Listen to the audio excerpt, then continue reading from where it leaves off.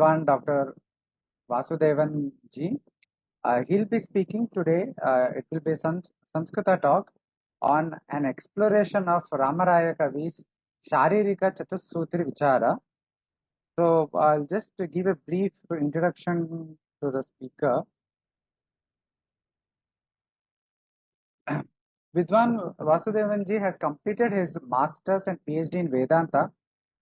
He has learned Vedanta under Mahamahopadhyay, Dr. Manidev Shastrikal and Dr. K.S. Maheshwaran ji. He's also completing his Rigveda Shastra under K.S. Maheshwaran ji. And he's also studying Tarka Shastra under Vachaspati Shastri Joshi. And he has attended many Vakyartha Sadas and has received many awards, including Sadachara cash prize with gold coin endowed by His Holiness Jagat Guru Shankaracharya of Kanchi Kamakoti Peetham in 2014, and Dharmatma Shri Dr. Vaidya Subramanya Iyer Award for Excellence in Vedanta Studies. He was awarded with this in 2013. He is currently working as Assistant Professor in Nyaya Department at Madras Sanskrit College, Mylapore. Thank you very much, Acharya, for making time for this session. Please go ahead and start your session. Shruti Smriti Purananam Alayam Karunalayam Namami Bhagavatpadam Shankaram Lokashankaram Shankaram Shankaracharyam Keshavam Badarayanam Sutra Bhashya Krito Vande Bhagavando Punah Punah Ishvaro Guru Ratmeti Murti Bheda Vibhagine Vyomavat Vyapta Dehaya Dikshana Murtaye Asmin Sudine Sumuhurte Indic Academy Pakshataha एतादृशः अवसरः लब्धः इति आत्मानं धन्यं मन्ये। अस्माभिः इदानीं रामराय कवि सार्वभौमैः विरचितं शारीरक चतुस्सूत्री विचारः इति ग्रन्थम् अधिकृत्य किञ्चन प्रमेयं ग्रन्थस्वरूपं च अवलोकयामः। एतादृशम् अवसरं प्रकल्पितवद्भ्यः नागराज पाटूरी महोदयाः एवं अस्माकं सुहृद्वरेण्याः नितिन श्रीधर महोदयाः एवं अन्ये च अस्य कार्यक्रमस्य प्रायोजकाः तेषां सर्वेषामपि कृते हार्दिकानि अभिनन्दनानि विधाय किञ्चिदेव रामराय कवि सार्वभौम विरचित शारीरक चतुस्सूत्री विचारः इति ग्रन्थम् अधिकृत्य किञ्चित् अवलोकयामः। अयं ग्रन्थस्तु यद्यपि न पूर्वं पठितः एतद्व्याजेन इण्डिक अकाडेमी कार्यक्रम व्याजेन अयं ग्रन्थः अस्माकं द्रष्टुम् अवसरो लब्धः इति अन्यादृशीं धन्यतां धरामि। अयं यः ग्रन्थः सः यथा नाम शारीरक चतुस्सूत्री विचारः इति ग्रन्थस्य नाम वर्तते। तत्र शारीरक सूत्रेषु अत्यन्तं प्रधानं सूत्रचतुष्टयम् आदिमं चतुस्सूत्री इति पदेन प्रसिद्धिं गता वर्तते। तत्र चतुस्सूत्री विचाराः सर्वेपि संकलनीयाः इति बुद्ध्या रामराय कवि सार्वभौमैः अयं ग्रन्थः विरचितः इत्यस्माकं प्रतिभाति। अयं ग्रन्थः अत्यन्तं सारल्येन लिखितः ग्रन्थः इत्यपि पश्यामः। सारल्येन लिखितः इत्यस्य अभिप्रायः कः इत्युक्ते प्रायः अद्वैतसिद्ध्यादिग्रन्थेषु अथवा तत्त्वप्रदीपिकादिवादग्रन्थेषु ये परिश्रमम् आवहन्ति तेषां कृते अयं ग्रन्थः अत्यन्तं सरलः। यतः प्रायः तत्रत्याः युक्तयः बह्व्यः सङ्कलिताः सन्ति अस्मिन् ग्रन्थे। अयं प्रकरणग्रन्थः इति वक्तुं न शक्यते, वादग्रन्थ एव सः। वादग्रन्थः नाम प्रश्नप्रतिवचनमुखेन कस्यचित् प्रमेयस्य प्रतिपादनार्थं कस्यचित् वा प्रमेयस्य स्थिरीकरणार्थं वादप्रतिवादमुखेन अयं ग्रन्थः प्रवृत्तः। अतः अयम् अवश्यं वादग्रन्थः इति वक्तव्यम्। अयं च वादग्रन्थः सामान्यजनानां कृते अवगन्तुं शक्यः वर्तते यदि किञ्चित् रूपेण भाषान्तरीकरणं वा यदि क्रियेत तर्हि ईषद्व्युत्पन्नानाम् अयं ग्रन्थः भाषान्तरीकरणे सति अद्वैतवेदान्तप्रमेयस्य तत्त्वम् अवगन्तुं प्रश्नानां प्रतिवचनं दातुं सामर्थ्यं च सम्पादयितुम् अयं ग्रन्थः उपकृतो भविष्यति इति विश्वसिमि। अत एव अयं ग्रन्थः प्रायः ईसी रीडिंग बुक इति रूपेण स्वीकर्तुं शक्यते।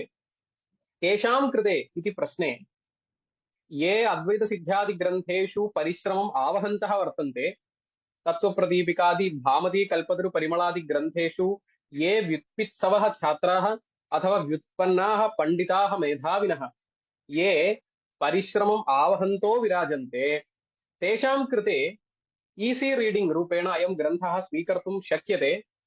यथा तत्रत्याः बह्व्यः युक्तयः अस्माभिः अत्रैव सारल्येन सङ्कलिताः इति पश्यामः। यथा अस्माकं का मनीषा स्यात् जीवनस्य अद्वैतवेदान्तदर्शनवतः विद्वद्वतः इति शङ्कायाम् आसुप्तेरामृतेः कालं नयेद् वेदान्तचिन्तया इति वयं तदा तदा असकृत् पठामः। तर्हि आसुप्तेः आमृतेः कालं वेदान्तचिन्तया यदि जीवनं क्षपणीयं तर्हि कथं स्यात् जीवनम् इति शङ्कायां ये ग्रन्थाः अद्वैतवेदान्तस्य तत्त्वप्रतिपादकाः लभ्यन्ते, तेषां सर्वेषामपि ग्रन्थानां जीवने एकवारं वा दर्शनं, सकृद्वा एकवारं समन्वयकरणम् इति तु अस्माकं वेदान्तजीवनस्य उपकारकं भवति इति विश्वसिमि। तर्हि तथा आसुप्तेरामृतेः कालम् इति न्यायस्य पूर्तीकरणाय अयमपि ग्रन्थः अस्माकम् एकस्मिन् व्याख्यान लिस्ट् मध्ये सम्पाद्य अस्य ग्रन्थस्य सर्वांशेन समन्वयीकरणम् अस्माकं पण्डितस्य मेधाविनः विदुषः इदं कृत्यम् इत्यहं विश्वसिमि। तत्र कुतः एतादृशम् इति शङ्कायाम् अग्रे प्रतिपादयन् भविष्यामि।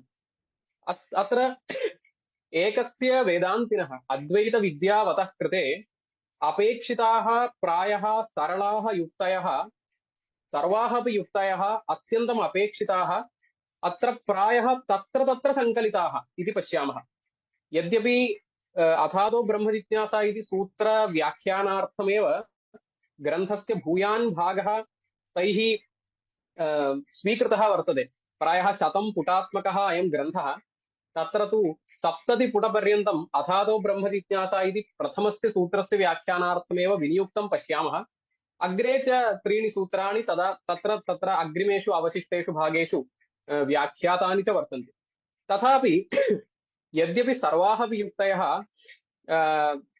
एकत्रैव सङ्कलिताः इति न वयं वक्तुं शक्नुमः, तथापि प्रसङ्गात् प्रसङ्गेन प्रायः एकस्य वेदान्तिनः कृते अपेक्षिताः युक्तयः, अनन्तरं प्रतिवचनस्य कृते अपेक्षितं कौशल्यं च यथा सम्पादयितुं शक्यते तथा युक्तयः इतस्ततः अस्मिन् ग्रन्थे 100 पुटात्मके अस्मिन् ग्रन्थे इतस्ततः उपलभ्यन्ते। तासां युक्तीनां क्रोडीकारः एकवारं समन्वये कृते तासां सर्वासामपि युक्तीनाम् एकवारं मनसि धारणं पुनः मननं निदिध्यासनम् इत्यादि क्रियमाणे सति व्युत्पत्तिवर्धनस्य कृते अत्यन्तम् अवकाशः वर्तते इति पश्यामः। अत एव एकवारं जीवने वेदान्तिना सर्वेणापि अयं ग्रन्थः एकवारं समन्वयितव्यः इत्यपि प्रतीमः। अस्य ग्रन्थस्य इतोपि वैशिष्ट्यं किं स्यात् इति ऊहे क्रियमाणे अत्र कविसार्वभौमैः अत्र भामतीप्रस्थानम् इति वा विवरणप्रस्थानम् इति वा भेदभावं विना भामत्याम् उक्तं वा भवतु वाक्यार्थविचारणार्थम् उपयुक्ताः युक्तयः याः सन्ति अथवा प्रक्रियानिरूपणार्थं याः युक्तयः सन्ति ताः सर्वाः अपि युक्तयः इतोपि एतत् प्रस्थानद्वयम् अतिरिच्य पक्षान्तरं यत् संक्षेपशारीरकादिग्रन्थेषु वा अथवा अर्वाचीन वेदान्तशास्त्रविद्भिर्वा विरचिताः याः युक्तयः सन्ति ताः सर्वाः अपि प्रायः तत्र एतैः कविसार्वभौमैः क्रोडीकृताः सन्ति इति अस्य ग्रन्थस्य वैशिष्ट्यं वयं पश्यामः। अयं च अस्मिंश्च ग्रन्थे प्रबन्धे स्वल्पानामपि प्रश्नानां समाधानं वक्तुं तैः समयः स्वीकृतः, तैः स्थानं स्वल्पस्यापि प्रश्नस्य स्थानं तैः स्वीकृतं। स्वीकृत्य च स्थानं स्वल्पस्यापि प्रश्नस्य उत्तरं यथा मनसि प्रादुर्भवेत् तथा तैः कश्चन प्रयत्नः अस्मिन् विहितः।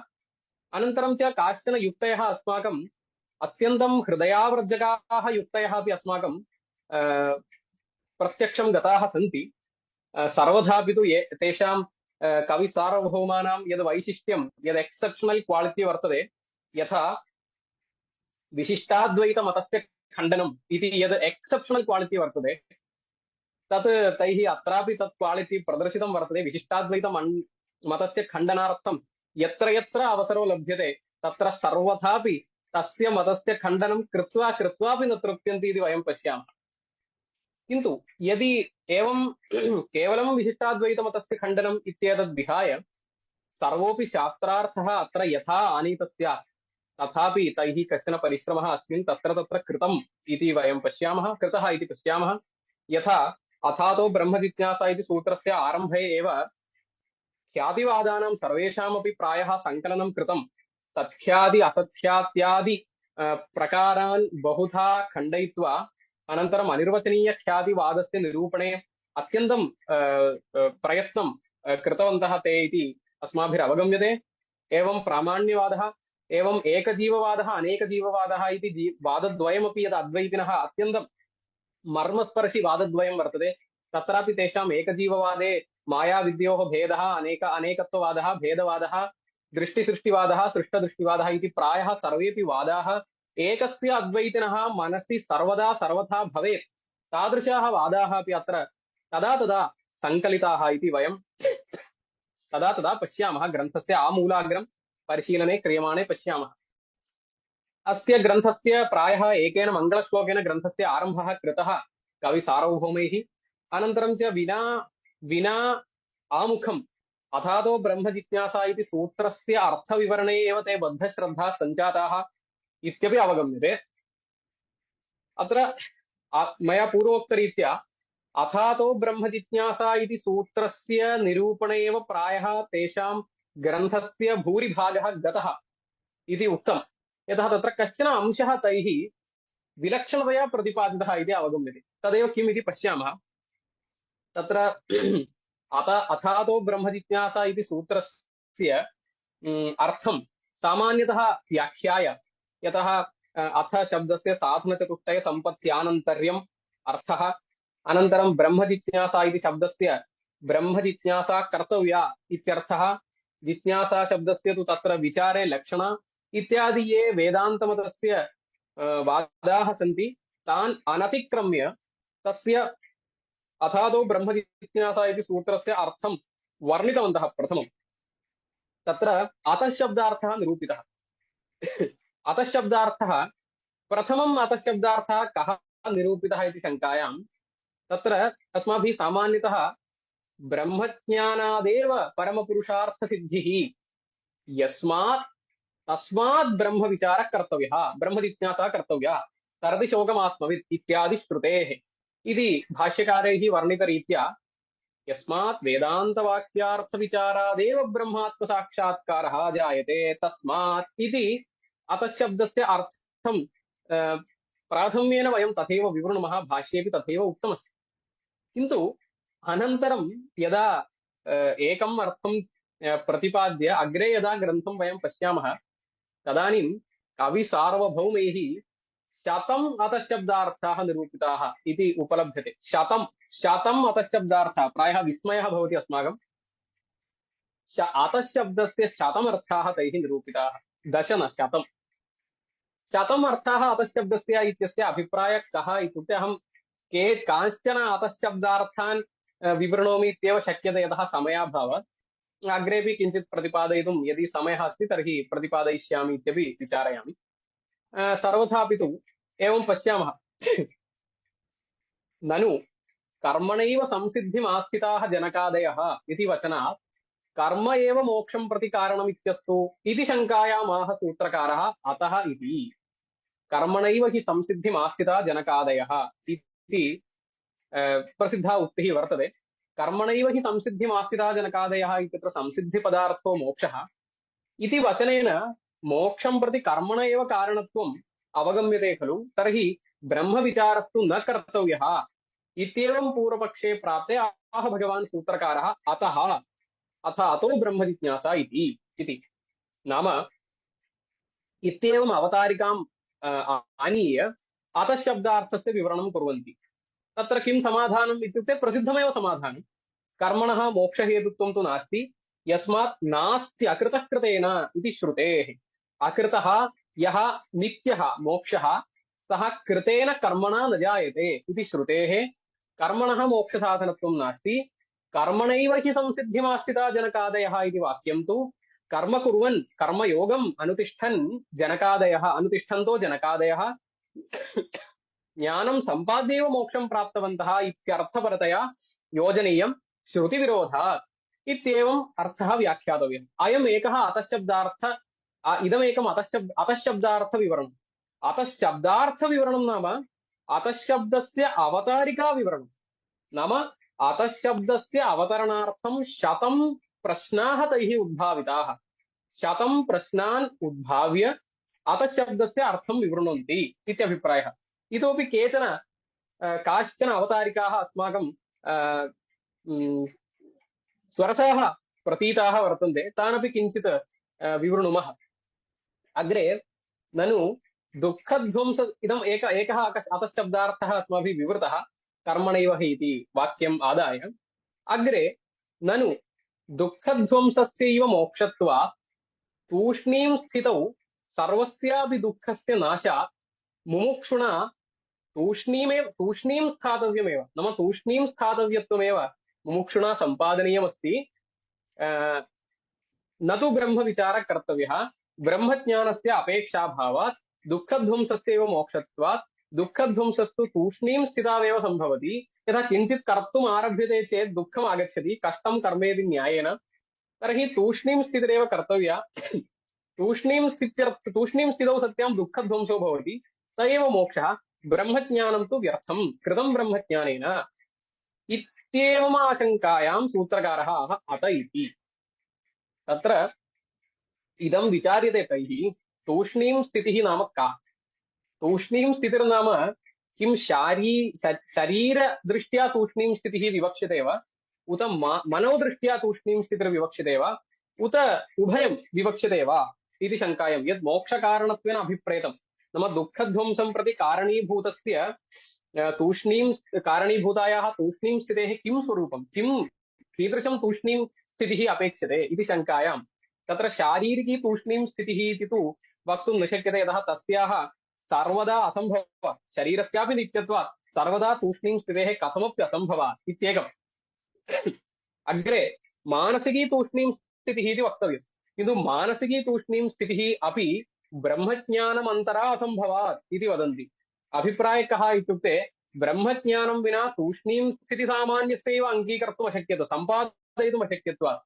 कुतः सर्वदा अहमाकार स्फुरणस्य सर्वदा सत्त्वात् अहमाकार स्फुरणस्य अहम् इति बुद्धेः सर्वदा जीवेषु सम्भवात् मानसिक तूष्णीं भावोऽपि सम्भवति मानसिक तूष्णीं भावोऽपि न सम्भवति मोक्षं विना।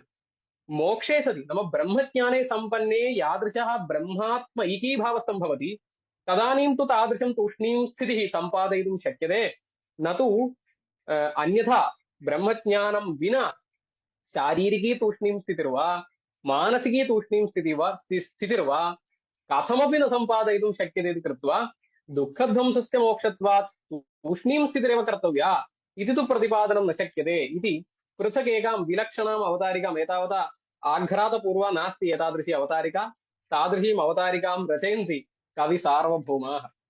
इतोपि अन्यदेकम् अस्माभिः दृष्टं प्रतिपादयितुम् इच्छामि। यथा ब्रह्मज्ञानाय वेदान्तवाक्यार्थज्ञानम्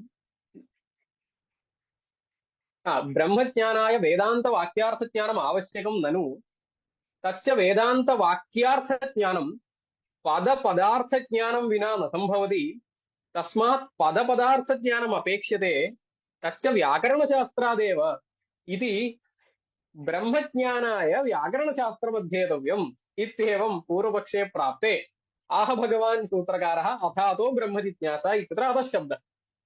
इत्येवं पृथक् विलक्षणाम् एकाम् अवतारिकां पश्यामः। तत्र यदि किं वदन्ति इति पृष्टे तत्त्वमस्यादिमहावाक्यगत तत्त्वमस्यादिमहावाक्यार्थज्ञानादेव मोक्षः इति तु सम्प्रतिपन्नमेव। महावाक्यार्थज्ञानं तु पदपदार्थज्ञानं विना न सम्भवति इति तु वयं विद्मः।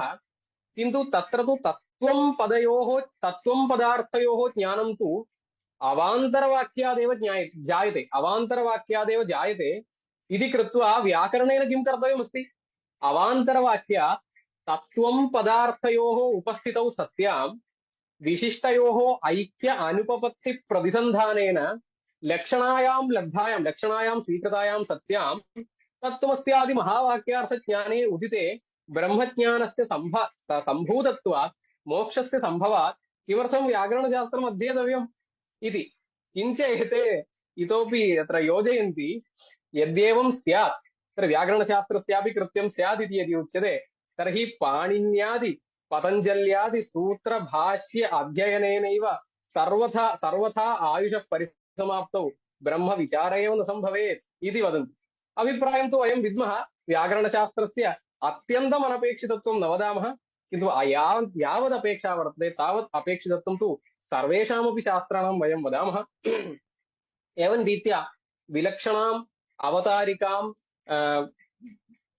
प्रदाय अतः शब्दस्य शतम् अर्थान् निरूपयन्ति कवि सार्वभौमाः अवतारिका पुरस्सरं। तेन च किं भवति इत्युक्ते अथातो ब्रह्म जिज्ञासा इति सूत्रस्य शतं वाक्यार्थाः सम्भवन्ति इति वक्तव्यम्। शतं वाक्यार्थाः अथातो ब्रह्म जिज्ञासा इति सूत्रस्य सम्भवन्ति। अस्माकं सूत्रस्य लक्षणं वयं विद्मः। किम्? अल्पाक्षरम् असन्दिग्धं सारवद् विश्वतोमुखम् इति। विश्वतोमुखत्वं च सर्वतोमुखत्वं, सर्वतोमुखत्वं च सूत्रस्य सर्वतोमुखत्वं च अनेकार्थत्वमेव। तथा च यदि सूत्रस्य अनेके अर्थाः भवन्ति तर्हि सूत्रलक्षणस्य सम्यक् योजनं कर्तुं शक्यते इति प्रतीमः। तर्हि कविसार्वभौमैः सूत्रलक्षणस्य निश्शङ्कं योजनम् अत्यन्तं सम्यक् अन्वयः अथातो ब्रह्मजिज्ञासा इति सूत्रे कृतं पश्यामः। एवं शतं वाक्यार्थाः अपि अस्य ग्रन्थस्य भूयान् भागः अथातो ब्रह्मजिज्ञासा इति प्रथमसूत्रार्थविवरणे एव विनियुक्तः इति पूर्वमेव आवेदितम्। अत्र अस्य अन्तिमे भागे नाम प्रथमसूत्रस्य द्वितीयसूत्रस्य प्रारम्भात् पूर्वम् अन्तिमे भागे ये अतःशब्दार्थाः निरूपिताः ते सर्वेपि अतःशब्दार्थाः तैः सङ्कलिताः वर्तन्ते। शतम् अतःशब्दार्थाः क्रमेण सङ्कलिताः वर्तन्ते। अयं सर्वोऽपि अपूर्वः विषयः अस्माभिः अन्यत्र न लभ्यते।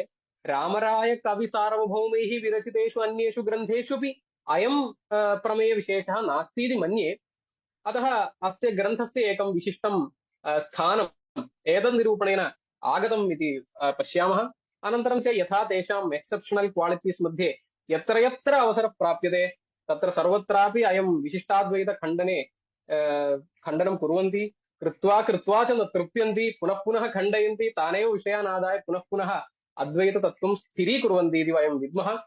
एवम् अन्यान्यपि सूत्राणि, त्रीणि सूत्राणि तैः क्रमेण व्याख्यातानि सन्ति। अपेक्षिताः सर्वेपि अंशाः तत्र तत्र उक्ताः, नाम भामत्यां विवरणे परिमलेषु उक्ताः सर्वेपि विषयाः यथा सारल्येन अस्माभिः अवगन्तुं बुद्धौ आरोपयितुं च शक्यन्ते तावता सारल्येन शास्त्रयोनित्वसूत्रस्य वर्णकद्वयं, समन्वयाधिकरणसूत्रस्यापि वर्णकद्वयं, जन्माद्यस्य यतः इत्यस्य अपेक्षितार्थविवरणम् इति सर्वमपि तैः कृतं वर्तते।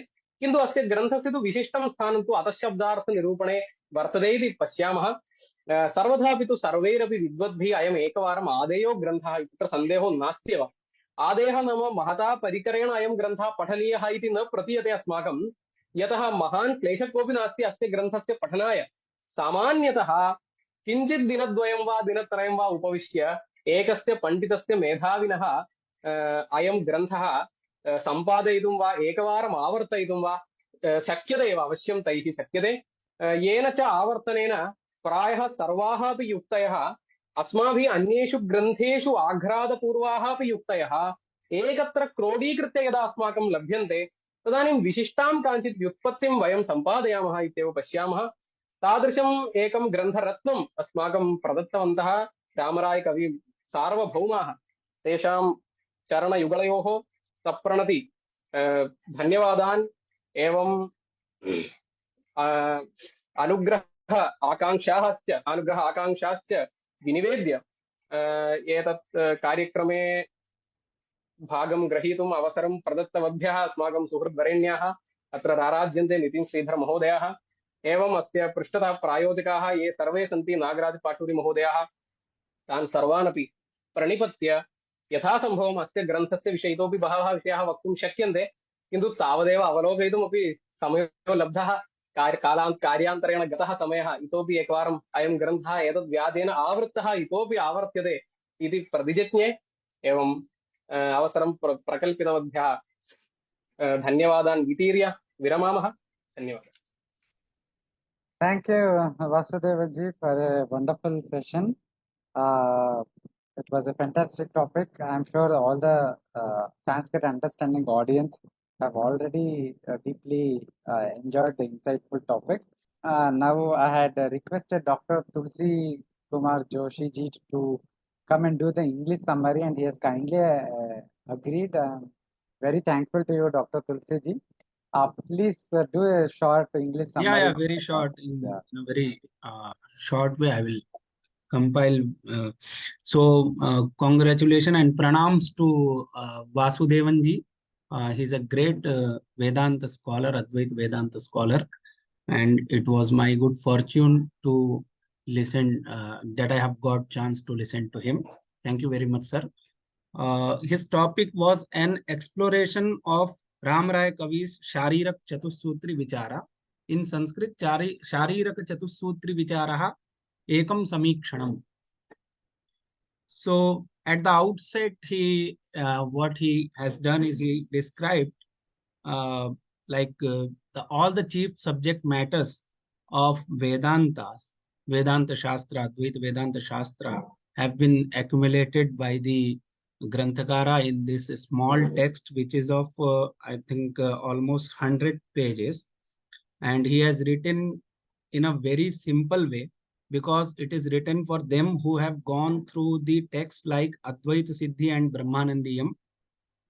This text is capable of resolving many solutions. This Grantha can be considered as an easy reading text for the people who have got some Vyutpatti. Vyutpatti means a special discipline, specific cognitive patterns, which consists of discipline, specific arguments and reasonings. So this Grantha represents many prima facie views and the solutions of those views in a scattered manner. So the speaker advises or says that a careful observation of this text by a Vyutpanna reader is necessary to accumulate those discussions in order to explain the tenets of Advaita in an explicit and comprehensive manner. Though the author of the text refuted the tenets of Visishta, Dvaita, and some other concepts like Atma Khyati-vada, Anyatha Khyati-vada, but he didn't intend to refute their concepts. Rather, he presented very strong arguments in order to establish the Advaita Siddhanta. In Mangala Charanam, he described the meaning of the first sutra of Badarayana, that is Athato Brahma Jigyasa. He described 100 meanings of Atha Shabda by giving manifold prima facie views. The speaker discovered, taking an instance from the text where the author represents a contradiction between two Shruti and resolved that contradiction. The author says that there can be 100 problems or 100 kinds of prima facie views, and regarding the meaning of the Atha Shabda. The speaker has given another instance of the text where he raises a question regarding the study of Vyakarana as a prerequisite for Vedanta Shastra study, and also the author presents the solution for that problem also there. In the end of his talk, the speaker emphasized to study this text by all the seekers of Advaita Vedanta. So this is in a nutshell what I could have done, translated his Vyakhyana. Thank you very much for giving me this opportunity.